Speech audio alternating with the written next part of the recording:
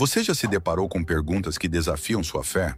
Questões sobre a existência de Deus, o sofrimento humano e até mesmo a moralidade bíblica. Muitos ateus levantam essas questões como uma prova de que a fé cristã não se sustenta. Hoje vamos analisar 5 objeções à fé cristã, feitas por um ateu que debateu contra 30 cristãos, e vamos responder a cada uma delas com argumentos sólidos e principalmente com a luz da palavra de Deus. Este não é apenas um debate intelectual. A fé cristã não é uma fé cega. Ela é fundamentada em argumentos filosóficos, razões teológicas e evidências históricas. Vamos explorar então, de forma apologética, por que as perguntas que muitos consideram como obstáculos à fé não são de fato ameaças, mas oportunidades de aprofundamento. Fique comigo até o final, pois cada uma dessas questões nos leva a uma compreensão mais profunda da nossa fé em Cristo. O questionamento inicial: Deus existe porque ele não se revela? Uma das perguntas mais comuns é: por que Deus não se revela de maneira clara e indiscutível? Se Deus realmente existisse, por que ele não se revela de uma forma mais óbvia, em plena luz do dia, para que todos possam ver? A ausência de uma revelação direta é, para muitos, uma prova de que Deus não existe ou é inacessível. A verdade é que Deus se revela, mas ele o faz de maneiras que envolvem a livre aceitação da humanidade e não uma revelação forçada. A revelação de Deus se dá de 3 formas principais: pela natureza, pela consciência e pela palavra de Deus. 1.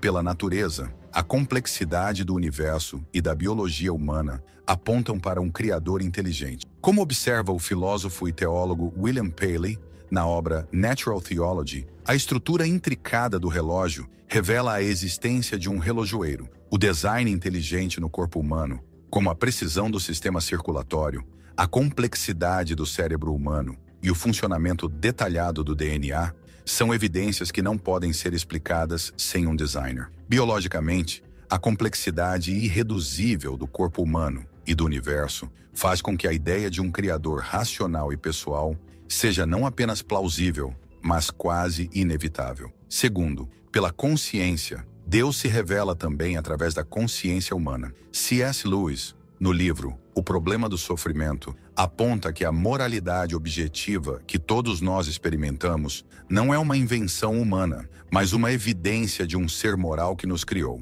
O fato de que todos, independentemente de sua cultura ou religião, compartilham um senso moral fundamental, nos aponta para um padrão ético transcendental. 3. Pela palavra de Deus. E, finalmente, Deus se revela de maneira clara e definitiva através das Escrituras, onde encontramos o caráter de Deus, sua vontade para a humanidade e a revelação plena de sua redenção em Cristo. O teólogo Abraham Kuyper, em A Ciência Pura, argumenta que as Escrituras não apenas oferecem uma revelação objetiva, mas uma revelação que encontra ressonância interna no coração do crente. Não é uma revelação imposta, mas uma que transforma e toca a alma humana. Portanto, a falta de uma revelação forçada não significa que Deus está ausente, mas que ele escolhe se revelar de maneiras que convidam o ser humano a buscar, questionar e aceitar. Como Agostinho de Hipona afirmou, Deus criou o homem para si, e o coração humano está inquieto até que encontre descanso em Deus. Mas e o sofrimento humano?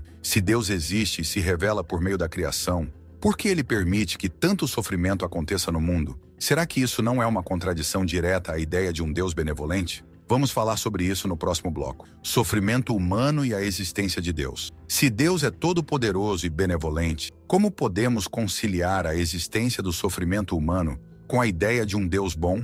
Muitos ateus apontam que o sofrimento humano é uma contradição direta à ideia de um Deus benevolente e todo-poderoso. Se ele realmente existisse, por que permitiria tanta dor e injustiça no mundo? O sofrimento humano é, sem dúvida, uma das questões mais desafiadoras para a fé cristã, mas é também uma das áreas onde a fé cristã oferece respostas que outros sistemas de crença não conseguem fornecer. O filósofo Alvin Plantinga, em sua obra Deus, a Liberdade e o Mal, argumenta que a presença do mal não é um argumento contra a existência de um Deus bom, mas um argumento contra a existência de um mundo sem liberdade. 1. A liberdade humana e o mal. Deus nos deu o livre-arbítrio, a capacidade de fazer escolhas reais, e a liberdade, por sua natureza, traz consigo o risco do mal. O teólogo Agostinho de Hipona explicou que o mal não é uma criação, mas uma corrupção do bem. Ele é a ausência do bem, uma escolha errada que resulta de uma liberdade mal orientada. Se Deus não permitisse o mal, ele teria que retirar a liberdade humana, o que faria de nós meras marionetes, incapazes de ter um relacionamento genuíno com ele. Segundo, a redenção do sofrimento. Deus não é indiferente ao sofrimento humano. Na cruz, Deus se identificou plenamente com o sofrimento humano. Como disse John Stott em A Cruz de Cristo, Deus não permanece distante do sofrimento humano. Ele se une ao sofrimento, tomando-o sobre si mesmo na pessoa de Jesus. Jesus, sendo plenamente Deus e plenamente homem, experimentou a dor, a injustiça, o abandono e a morte. O sofrimento não é algo que Deus ignora, mas algo que ele escolheu enfrentar conosco e por nós. 3. O propósito redentor do sofrimento. Embora não possamos entender completamente o propósito de todo sofrimento, a Bíblia nos ensina que Deus pode usar o mal e o sofrimento para um bem maior. Em Romanos 8:28, Paulo afirma: "Sabemos que todas as coisas contribuem juntamente para o bem daqueles que amam a Deus, daqueles que são chamados segundo o seu propósito." O sofrimento, quando visto à luz da redenção em Cristo, adquire um propósito eterno e transformador. Ele nos aproxima de Deus, nos fortalece e nos torna mais semelhantes a Cristo. Como vemos em 2 Coríntios 1:5, onde Paulo escreve que à medida que os sofrimentos de Cristo se multiplicam em nós, também a nossa consolação se multiplica por Cristo. 4. O sofrimento como testemunho da verdade cristã. Se o cristianismo fosse uma invenção humana, ele provavelmente teria excluído a realidade do sofrimento. No entanto, a presença do sofrimento e a resposta cristã a ele mostram que o cristianismo é uma religião baseada em uma verdade crua e realista sobre o mundo. Em O Problema do Sofrimento, C.S. Lewis argumenta que o cristianismo não promete um mundo sem sofrimento, mas oferece a esperança de que Deus pode usá-lo para o nosso bem eterno. Portanto, a existência do sofrimento não nega a existência de um Deus bom e todo-poderoso, mas a realidade do sofrimento aponta para a necessidade de redenção.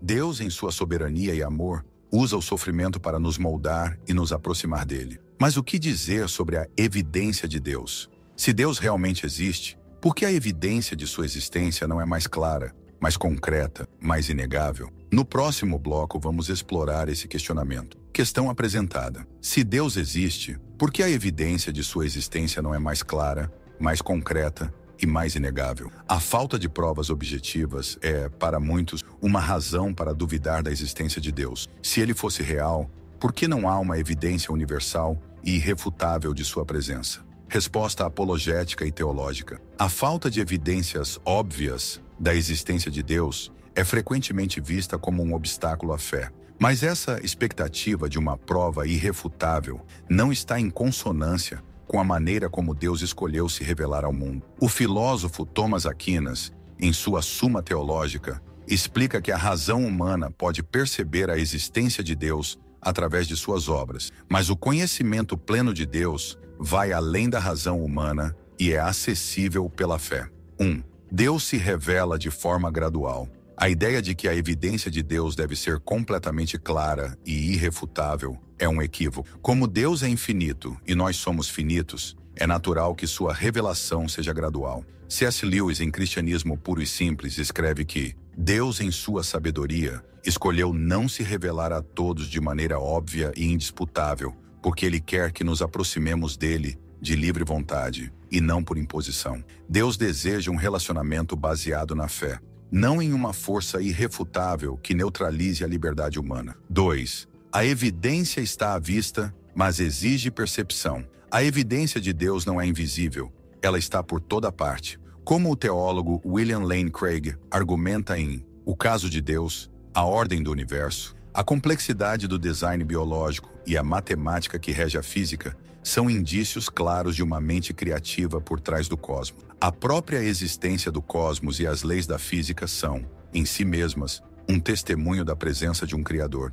A evidência está na estrutura do mundo, mas só é perceptível para aqueles dispostos a reconhecer a mão de Deus na criação. 3. O conceito de fé e razão. A fé cristã não é uma fé cega, mas uma fé baseada em razões. Como John Calvin explica em As Institutas da Religião Cristã, a fé cristã não é uma aceitação sem questionamentos. mas uma confiança fundamentada nas evidências que Deus forneceu em sua palavra e em sua obra de criação. A revelação de Deus nas Escrituras é clara para aqueles que buscam, mas a aceitação dessa revelação exige um ato de fé. Como está escrito em Hebreus 11:1, ora, a fé é a certeza das coisas que se esperam, a convicção de fatos que se não veem. Mas e a Bíblia? Muitas críticas são feitas à Bíblia, especialmente sobre passagens que parecem apoiar práticas como a escravidão ou condenar a homossexualidade. Será que a Bíblia pode realmente ser vista como a palavra de um Deus bom e justo? Vamos responder a essas objeções no próximo bloco. A Bíblia apoia a escravidão e a homofobia. Um dos ataques mais frequentes à Bíblia é que ela apoia a escravidão e condena a homossexualidade. Muitos apontam passagens que parecem justificar essas práticas, e isso, para eles, seria uma falha moral da Escritura. A Bíblia tem sido mal interpretada ao longo dos séculos, e essas críticas, embora aparentemente poderosas, não resistem a uma análise mais profunda e contextualizada das Escrituras. Vamos olhar para a escravidão e a homossexualidade com mais profundidade. 1. A Bíblia e a escravidão. A Bíblia é muitas vezes acusada de apoiar a escravidão, mas essa interpretação ignora o contexto histórico e o ensino moral de Deus ao longo das Escrituras. Deus nunca endossou a escravidão como uma instituição justa. Ao contrário, ele a usou como um meio de mostrar seu cuidado pelos oprimidos. Primeiro, devemos lembrar que o povo de Israel foi escravo no Egito, e Deus claramente condena a opressão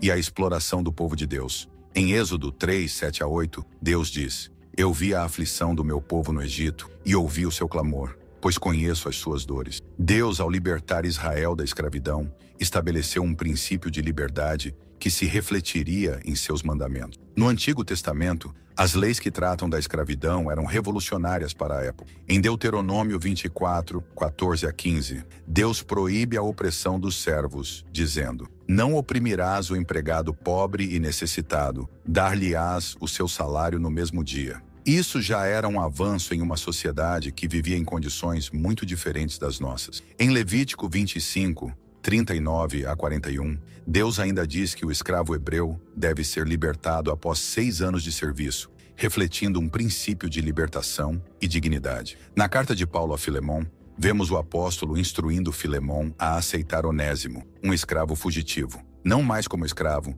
mas como irmão amado. Filemon 1,16. Isso ilustra a mudança de perspectiva de Paulo sobre as relações de poder, que na ótica cristã devem ser baseadas na igualdade diante de Cristo. A Bíblia nunca endossou a escravidão como um fim em si mesma, mas com o tempo, essa compreensão foi se aprofundando e culminou na ideia cristã de liberdade e dignidade humana. 2. A Bíblia e a homossexualidade. Quando se fala sobre a homossexualidade, a Bíblia é clara em sua condenação. No entanto, essa condenação é frequentemente mal interpretada. Em Levítico 18, 22, Deus declara: Não te deitarás com um homem, como se fosse mulher. É abominação. A condenação de atos homossexuais no Antigo Testamento não é uma questão cultural passageira, mas uma questão de obediência ao design de Deus para a humanidade. No Novo Testamento, Paulo reitera essa condenação em Romanos 1:26-27, onde ele descreve os atos homossexuais como contra a natureza e como uma consequência do afastamento da humanidade de Deus. O teólogo John Stott, em A Mensagem de Romanos, observa que a homossexualidade é vista na Escritura como uma expressão de rebelião contra o Criador, pois foge do padrão que Deus estabeleceu para o casamento, a união entre um homem e uma mulher. Deus sempre teve um padrão claro para o casamento e a sexualidade humana, que é refletido no próprio ato da criação em Gênesis 2:24. Por isso deixará o homem a seu pai e a sua mãe, e se unirá à sua mulher, e serão uma carne. O casamento no plano divino é uma aliança entre homem e mulher, com o propósito de recriação e procriação, algo que é fundamentado nas necessidades biológicas e espirituais que Deus instituiu. Isso não significa, de forma alguma, que Deus não ame todas as pessoas, incluindo aqueles que lutam com a homossexualidade. O amor de Deus é imensurável, mas como ensina 1 João 4:10, nisto é o amor, não em que nós tenhamos amado a Deus, mas em que Ele nos amou a nós, O simples fato de Deus amar não implica em aprovação das práticas humanas. Ele nos ama como pecadores, mas seu amor também nos chama ao arrependimento e à obediência à sua palavra. Essas são apenas algumas das respostas a críticas que muitos ateus fazem à Bíblia e à nossa fé cristã. Como vimos, as passagens sobre a escravidão e a homossexualidade são frequentemente mal interpretadas e precisam ser entendidas à luz do contexto histórico e teológico. A verdadeira mensagem da Bíblia não é uma mensagem de opressão ou ódio, mas de liberdade, redenção e santidade. Agora eu quero saber, qual dessas respostas mais te impactou?